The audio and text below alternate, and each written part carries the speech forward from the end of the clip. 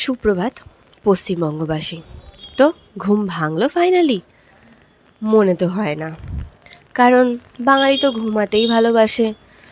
দেশ যায় রসাতলে, কোনো অসুবিধা নেই, আমরা তো ঘুমাই।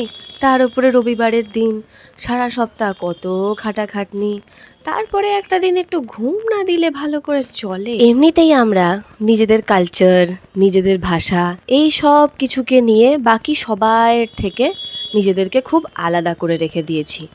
আমরা বাংলা বলবো, আমাদের রাজ্যে যে আসবে তাদেরকে বাংলাই শিখতে হবে, আমরা অন্য কোনো ভাষা অ্যাকসেপ্ট করতে পারবো না।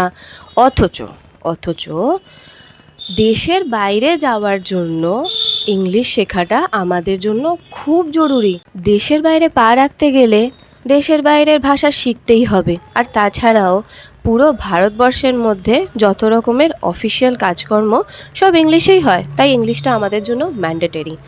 কিন্তু যখন আমরা জানি যে আমাদের দেশের ম্যাক্সিমাম রাজ্য হিন্দিটাতে কমফোর্টেবল হয়ে আছে, তখন ওই ল্যাঙ্গুয়েজটাকে অ্যাকসেপ্ট করতে আমাদের এত অসুবিধা কিসের?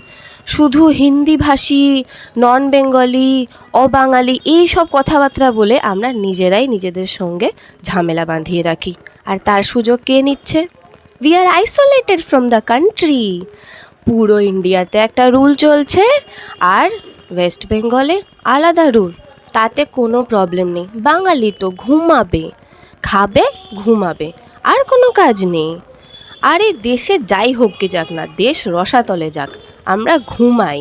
আর বাঙালির এই চিরঘুমের রাজ্যে বসবাস করতে করতে একটা গোটা রাজ্য ভাগ হয়ে গেল, ভাগ হয়ে গিয়ে অন্য একটা দেশ তৈরি করে নিল।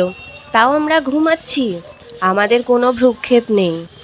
আমাদের রাজ্যটাও এখন ওই পথেই চালনা করা হচ্ছে, কিন্তু আমাদের রাজ্যবাসী কি করছে? ঘুমাচ্ছে।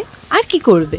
আমরা নিজেদেরকে বাঙালি বলতে যতটাই স্বাচ্ছন্দ্য বোধ করি, বহু বাঙালি আছে তারা কিন্তু নিজেদেরকে ভারতবাসী বলতে খুব একটা স্বাচ্ছন্দ্য বোধ করে না। তারা নিজেদেরকে বাঙালি হিসাবে আলাদা করে পরিচয় দিতে পছন্দ করে। তার ফলাফল আইসোলেশন।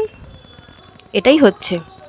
রবীন্দ্রনাথ ঠাকুর তো ঠিকই বলে গিয়েছিলেন বহু বছর আগে, 7 কোটি সন্তানেরে মুগ্ধ জননী, রেখেছো বাঙালি করে মানুষ করনি।